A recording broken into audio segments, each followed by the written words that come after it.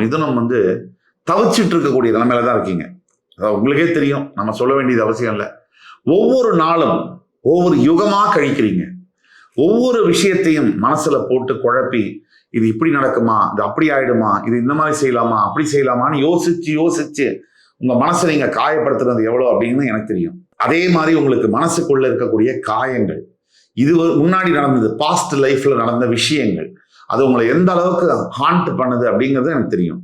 எந்த அளவுக்கு குத்தி கிழிக்குதுன்னு தெரியும். இப்போ ஜென்மகுரு வந்ததுலேருந்து உங்களுக்கு அதை தவிர மெடிக்கல் ப்ராப்ளம், மெடிக்கலுக்கான செலவு இல்லைன்னா எதிர்பாராத ஏதாவது ஒரு செலவு, ஒரு அளவு பணம் வச்சிருக்கீங்க, இந்த மாசம் மேனேஜ் பண்ணிடலான்னு டக்குன்னு பாத்தீங்கன்னா 25ஆம் தேதி படக்குன்னு ஒரு செலவு வருது. அதை தவிர்க்கவும் முடியல, ஏத்துக்கவும் முடியல. அப்ப எல்லாமே காசு செலவாயிடுது. அதுக்கப்புறம் இவங்ககிட்ட கடன் வாங்கலாமா, அவங்கள்ட்ட கடன் வாங்கலாமா, இப்படி நீங்க எத்தனை கஷ்டப்படுறீங்க எல்லாமே தெரியும் எனக்கு. அதே தவிர உங்களுடைய வீட்டில் இருக்கக்கூடிய குடும்ப பிரச்சனைகள்ல எவ்வளவு சண்டைகள், எத்தனை கருத்து வேறுபாடுகள், குழந்தைகள் படக்கூடிய அவஸ்தை, இதெல்லாமும் தெரியும்.